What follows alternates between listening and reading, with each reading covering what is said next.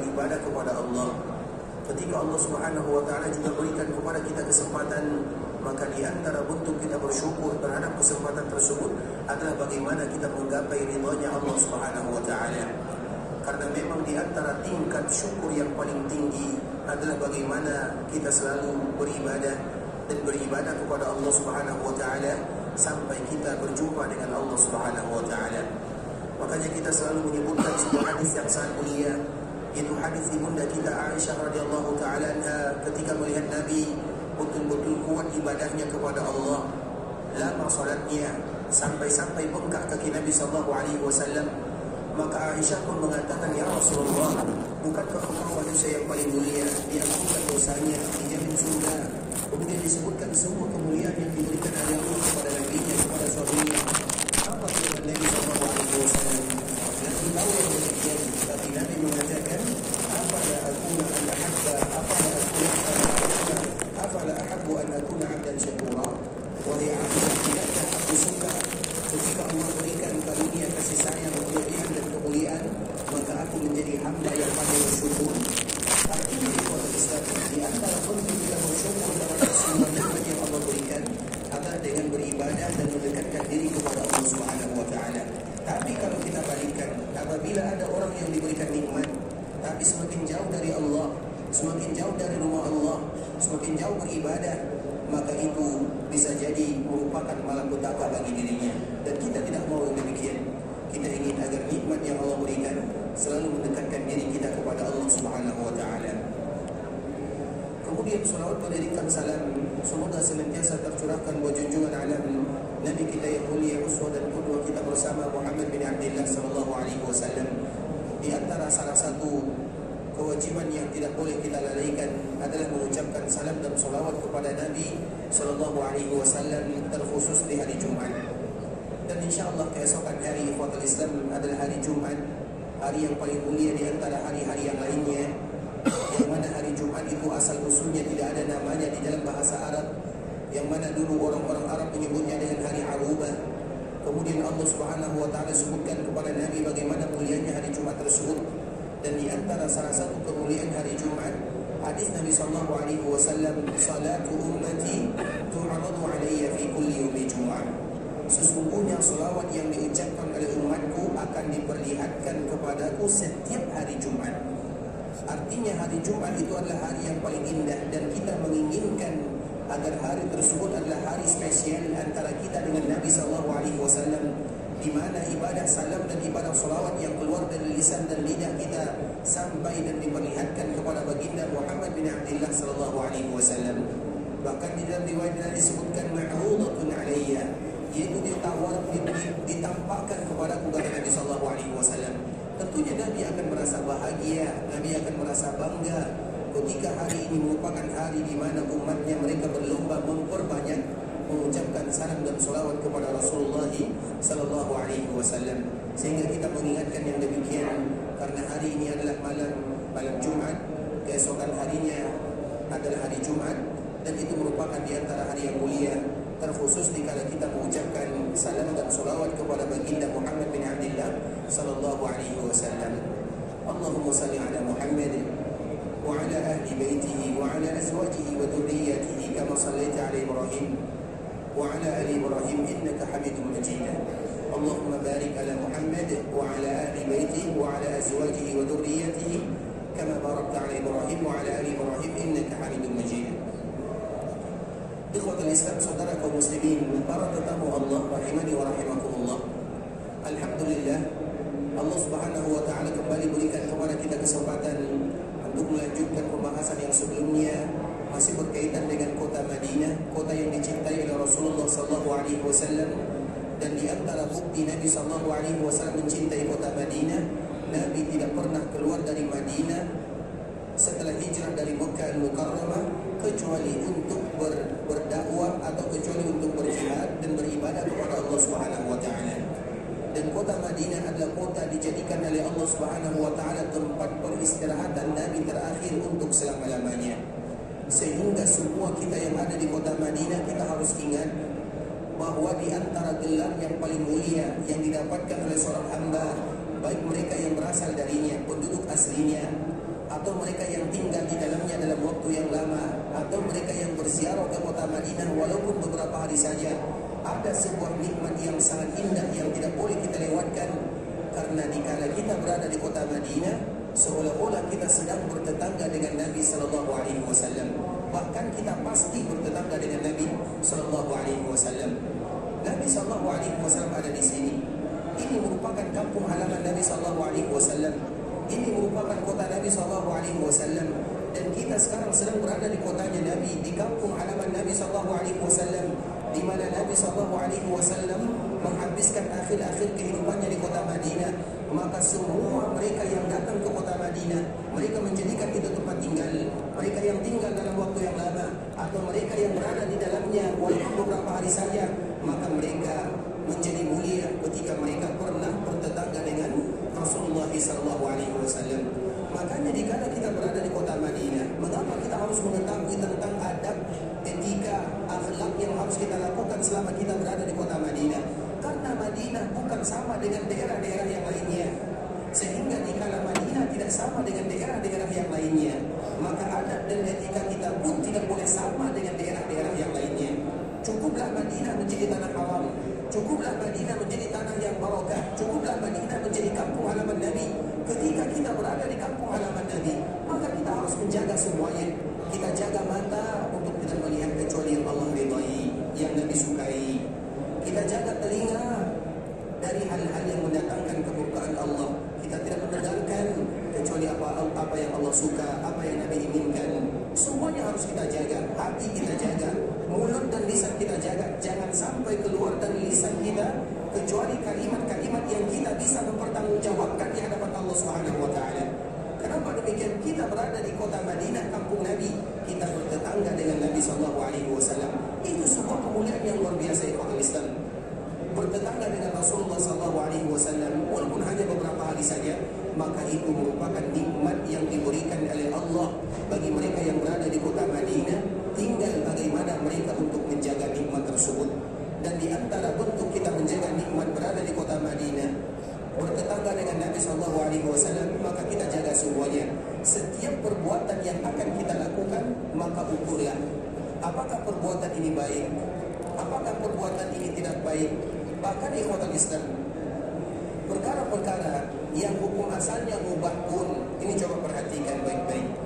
Perkara-perkara yang hukum asalnya mubah pun, kalau seandainya kita diberikan oleh Allah beberapa waktu dikala kita berada di kota Madinah, maka tidak dianjurkan bagi kita untuk melakukannya, karena waktu kita terbatas. Seperti misalnya di antara perkara yang mubah, misalnya dikala kita berada di tempat tinggal, di hotel atau di tempat yang lainnya, kemudian di hotel Islam, maka mungkin ada sebahagian kita menghabiskan waktunya untuk melihat permainan, menonton misalnya, dan yang semisalnya. Perkara ini hukum asalnya adalah mubah. Tapi apakah pantas kita melakukannya ketika kita berada di kota Madinah? Apakah itu tujuan kita datang ke sini menonton orang main bola, menonton televisi? Bukan itu tujuan kita. Walaupun kita apabila ada yang melakukannya tidak berdosa, tapi bukan itu tujuan utama kita datang ke kota Madinah. Itu perkara yang mubah. Bagaimana dengan perkara yang makruh? Apalagi perkara-perkara yang haram. Makanya kita ingat di kota Islam, ketika kita berada di kota Madinah, kita sedang berada di kampung halaman Nabi Sallallahu Alaihi Wasallam, yang kita ingin menjadi tetangga yang dicintai oleh Nabi Sallallahu Alaihi Wasallam. Sehingga dikala kita berada di kota Madinah, kita melakukan hal-hal yang baik. Jangan lakukan perkara-perkara yang makruh, perkara-perkara yang haram. Jangan kita misalnya memotori kota Madinah, membuang sampah sembarangan, karena ini kampung halaman Nabi Sallallahu Alaihi Wasallam. Apalagi yang kita buang itu adalah untuk rokok. Ini bahaya nih ya. Apalagi yang kita buang itu adalah, dan yang kita tinggalkan adalah asapnya rokok. Itu paling berbahaya, ikhwatul Islam. Mohon maaf ya bagi kita yang masih melakukannya, karena ini penting.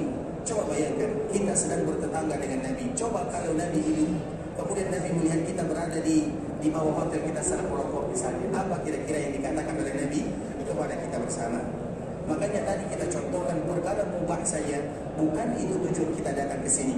Apalagi perkara yang makruh, apalagi perkara yang diharamkan. Ingat, itu sebuah kemuliaan yang luar biasa. Kami mohon maaf ya, dan semoga kita yang masih diberikan ujian oleh Allah, mungkin masih merokok, semoga Allah berikan kekuatan ikhwatul Islam, di antara bentuk kecintaan Nabi SAW kepada kota Madinah, Nabi SAW sangat suka dan cinta kepada kota Madinah. Makanya kemarin kita menyebutkan di antara salah satu nama kota Madinah adalah Al-Habibah. Al-Habibah. Sebagaimana juga nama yang lain adalah Al-Mahfudhah. Al-Mahfudhah, selain kota ini merupakan kota yang dicintai oleh Nabi, kota ini pun adalah kota yang dijaga oleh Allah untuk Nabi SAW dan juga untuk umat Nabi SAW. Maka kita tahu ikhwatul Islam, banyak sekali sesuatu yang dijaga oleh Allah Subhanahu wa taala dikala kita berada di kota Madinah. Dan cukup bagi kita bersama mendengarkan sebuah hadis Nabi yang paling mulia. Nabi pernah menyebutkan tidak ada jalan-jalan yang ada di kota Madinah kecuali di sana ada 2 malaikat yang menjaganya. Tidak ada jalan yang ada di kota Madinah kecuali ada malaikat di sana yang menjaganya. Maka wajar kota Madinah disebut dengan Al-Mahfudhah, kota yang dijaga. Dijaga dari apa? Dari semuanya. Sehingga tidak ada orang yang membuat makar untuk Madinah. Tidak ada orang yang berbuat jahat terhadap penduduk Madinah atau untuk Madinah itu sendiri, kecuali mereka ibarat garam dimasukkan ke dalam air, hilang karena Allah yang menjaganya. Sebagaimana juga tidak ada orang yang melakukan kefasikan di dalam agama atau mereka-mereka yang betul-betul melakukan hal-hal yang diharamkan oleh Allah Subhanahu wa taala, kecuali Madinah akan mengusirnya secara sendirinya. Otomatis dia tidak akan betah tinggal di kota Madinah. Dan itulah di antara salah satu nama kota Madinah adalah Al-Mahfudhah. Sehingga apabila di antara salah satu nama kota Madinah adalah Al-Mahfudhah, maka itu merupakan pujian bagi mereka yang ada di dalamnya. Dan kita sedang berada di dalam kota Madinah. Maka dari itu pula Madinah disebut dengan Darul Iman, kampungnya orang-orang yang beriman. Semua mereka yang ada di sini, baik mereka penduduknya atau mereka yang tinggal di dalamnya atau mereka yang berziarah di dalamnya, maka disebut dengan Al-Iman. Mereka dipuji oleh Nabi adalah orang-orang yang beriman. Tinggal bagaimana kita menjaga keimanan tersebut. Karena memang di antara salah satu nama kota Madinah adalah Darul Iman. Mengapa Madinah disebut dengan Darul Iman? Karena Nabi mengatakan, Innal imana la ya'rizu ilal Madinah. Sesungguhnya iman itu akan kembali ke kota Madinah. Kama ta'rizul hayyatu ila juriha. Sebagaimana ular kembali ke sarangnya. Apa makna daripada hadis Nabi? Seolah-olah Nabi SAW memberikan isyarat kepada kita semuanya, kabar gembira, dan kita bersyukur dengan kabar gembira tersebut. Dan semoga kita betul-betul termasuk bagian daripada orang yang disebutkan oleh Nabi. Sesungguhnya iman itu akan kembali ke kota Madinah. Sebagaimana ular akan kembali ke sarangnya. Ular kemanapun dia pergi, ujung-ujungnya dia akan pulang dan akan tinggal di sarangnya. Begitu juga dengan iman. Artinya Madinah itu adalah kampungnya iman. Dan tidak ada orang yang datang ke kota Madinah kecuali karena iman yang mendorongnya. Dari manapun mereka berasal, dari timur, dari barat, dari utara, dari selatan. Kenapa kita datang ke kota Madinah? Kenapa kita harus mengeluarkan uang yang tidak sedikit? Kita meninggalkan pekerjaan yang banyak, kita meninggalkan keluarga, kita rela berlelah, berletih melakukan safar yang begitu lama. Perjuangan yang tidak mudah. Kenapa kita melakukan yang demikian? Karena ada dorongan iman kepada Allah, cinta kepada Nabi, sehingga kita rela melakukan itu semua demi menggapai keimanan dan ketakwaan yang dijanjikan oleh Rasulullah SAW. Oleh karenanya ikhwatul Islam, maka wajar ketika kita berada di kota Madinah, maka kita bersyukur kepada Allah Subhanahu wa taala dengan kemuliaan-kemuliaan yang tadi telah kita sebutkan. Dan di antara salah satu kemuliaan yang luar biasa adalah ketika kita menjadi tetangganya Rasulullah SAW dan Nabi akan tinggal selama-lamanya di kota Madinah. Makanya di antara kewajiban bagi mereka yang datang ke kota Madinah, ada 5 tempat yang dianjurkan bagi mereka mengunjunginya. 5 tempat ini harus menjadi prioritas utama. Yang pertama adalah Masjid Nabawi. Dan alhamdulillah setiap hari kita berada di Masjid Nabawi. Korbankan semua jadwal kalau bertentangan dengan Masjid Nabawi. Korbankan semua jadwal kalau seandainya bertentangan dengan Masjid Nabawi. Karena itu tujuan pertama dan utama kita datang ke sini. Terutama melaksanakan sholat di ikhwatul Islam, sholat 5 waktu, semua sholat sunat dan yang lainnya. Dan kita selalu mengatakan sholat di sini tidak sama pahalanya dengan sholat di daerah manapun kecuali tanah haram yang ada di Mekah. Makanya sholat di Madinah, di Masjid Nabawi, pahalanya berapa pahalanya? Kita tahu semuanya. Berapa pahalanya? Jangan katakan 1000, lebih dari 1000. Karena Nabi mengatakan, salatun fi masjid hada khairun min alfi salat. Orang yang salat di masjid ini lebih, Nabi tidak mengatakan 1000, tapi Nabi mengatakan lebih dari 1000. Kalau lebih dari 1000 itu berapa kira-kira? Tidak terhingga, tapi minimalnya adalah 1000. Artinya begitu mulia pahala yang diberikan oleh Allah Subhanahu wa taala kalau itu kita melaksanakan salat-salat biasa. Kalau kita salat wajib, berapa pahalanya? Kalau kita salat wajib, berapa pahalanya? Dikalikan lagi. Kalau kita salat wajib di daerah kita, kita akan dilipat gandakan derajatnya berapa lipat, berapa kelipatannya? Ada yang menyebutkan 27, ada yang menyebutkan 25. Nah, kalau kita melakukan di sini, berarti dilipat gandakan lagi. Berarti kalau kita melakukan salat fardu di Masjid Nabawi, berapa pahalanya?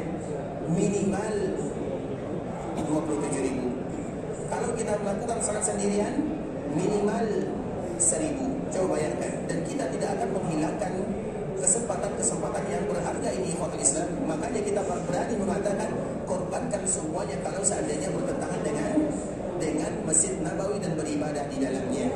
Makanya kalau ada di antara kita yang ingin pergi, misalnya kita ingin pergi, ada sebuah tempat yang biasanya dikunjungi oleh kaum muslimin, yang mana tempat ini nilai sejarah juga tidak ada, apalagi keutamaannya.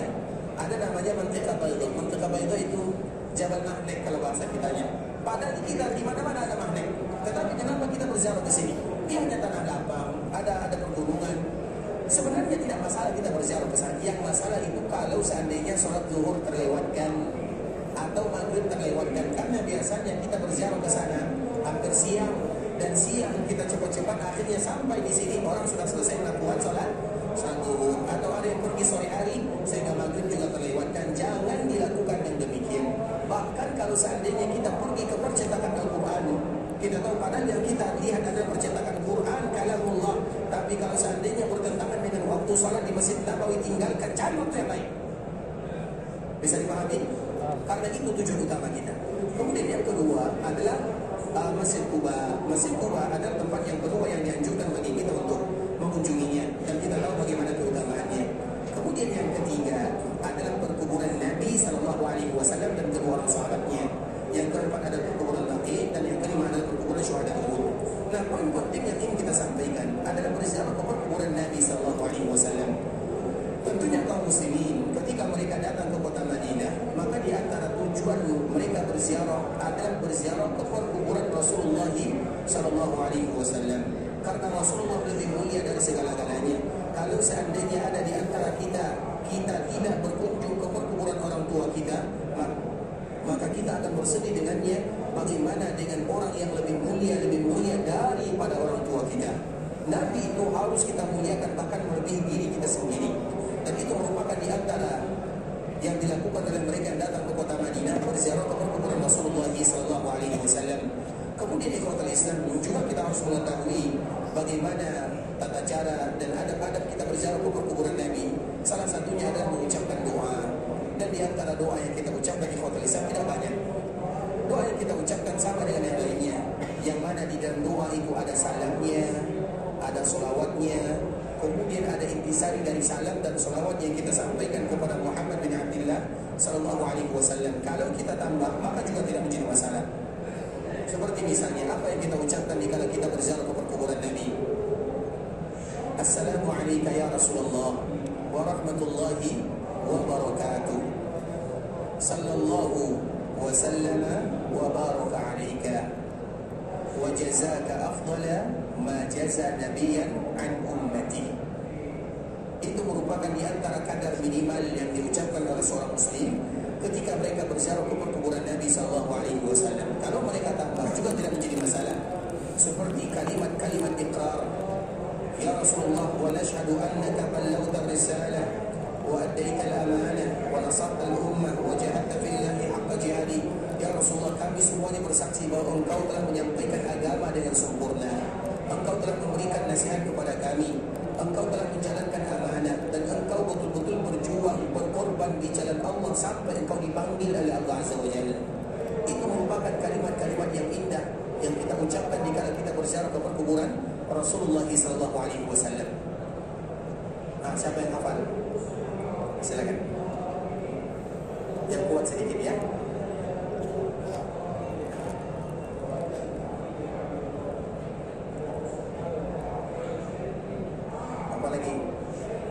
Baik, artinya Assalamualaikum ya Rasulullah. Artinya ini semuanya bahasa kita. Assalamualaikum ya Rasulullah. Keselamatan untukmu ya Rasulullah. Warahmatullah, rahmat wa barakatuh, barakah. Sallallahu, Allah berselawat, wa sallama, salam, wa baraka alaika, keberkahan untukmu ya Rasulullah. Wa jazaka, apa arti wa jazaka? Wa jazaka, semoga Allah memberikan balasan afdal ma jaza nabiyan an ummati, sebagaimana Allah memberikan balasan kepada para nabinya dikala mereka berdakwah untuk umatnya. Masyaallah, silakan. Akhirnya Tapi Fadil Islam itu merupakan di antara doa kita berziarah ke kuburan Nabi sallallahu alaihi wasallam sambil kita mengucapkan Assalamualaikum ya Rasulullah wa rahmatullahi wa barakatuh. Sallallahu wasallam wa baraka alaika wa jazaka afdala ma jaza nabiyan an ummati. Ini sudah di kanan ada yang hafal, yang di depan ada yang dihafal, ada yang hafal doa berziarah ke kuburan Nabi. Nanti Ikhwatul Islam kita berusaha untuk mengingatnya, menghafalnya, karena ini merupakan di antara adab yang harus kita ketahui ketika kita berziarah ke kuburan Rasulullah SAW, karena memang ini di antara tujuan kita datang ke kota Madinah, berziarah ke kuburan Rasulullah SAW. Kemudian kemarin kita menyebutkan Ikhwatul Islam bagaimana akhir daripada wafatnya Rasulullah SAW di kota Madinah, dan Nabi SAW wafat di kota Madinah di rumah ibunda kita Aisyah radhiyallahu taala anha. Nabi tidak wafat di tempat yang lainnya. Nabi wafat di rumah Aisyah radhiyallahu taala anha. Nah, yang menjadi pertanyaan ikhwatul Islam, rumah ibunda kita Aisyah ini apakah termasuk bagian daripada masjid atau tidak? Rumah Aisyah masjid atau tidak? Namanya rumah, rumah ya rumah. Makanya ibunda kita Aisyah berada di dalamnya. Bahkan ibunda kita Aisyah sebagaimana wanita-wanita yang lainnya juga berhalangan. Kalau seandainya rumah Aisyah itu adalah bagian daripada masjid, maka tidak boleh ibunda kita Aisyah berada di dalamnya. Iya atau tidak? Begitu juga ikhwatul Islam, Nabi SAW tidak pernah melakukan sholat sunat kecuali di dalam rumah. Nabi tidak pernah melakukan sholat sunat di dalam Masjid Nabawi, tapi Nabi selalu melakukan sholat sunat di dalam rumah, karena memang ada keutamaannya. Nabi SAW menyebutkan ikhwatul Islam, jadikan rumah kalian bagian daripada ibadah. Artinya jangan jadikan rumah kalian sama dengan kubur. Apa maknanya orang menjadikan rumah sama dengan kubur? Apabila ada rumah yang tidak ada ibadah di dalamnya, maka rumah tersebut disamakan oleh Nabi dengan perkuburan. Karena perkuburan tidak dilakukan ibadah di dalamnya, maka rumah yang tidak dilakukan ibadah, Nabi mengatakan la taj'alu buyutakum qubura. Jangan jadikan rumah kalian sama dengan kubur. Apa maknanya? Memiliki dua makna. Yang pertama, jangan jadikan rumah kalian sifatnya sama dengan perkuburan. Apa sih sifat perkuburan? Sifat perkuburan itu tidak beribadah di sana.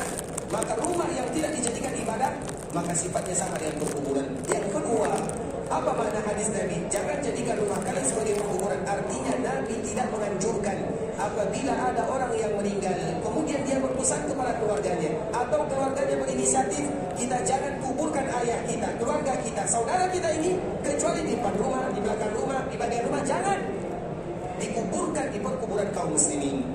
Itu merupakan di antara pesan Nabi SAW kepada kita bersama. Nah, di antara salah satu sifat Nabi, terutama di kala beribadah, Nabi selalu melakukan sholat sunat di dalam rumahnya.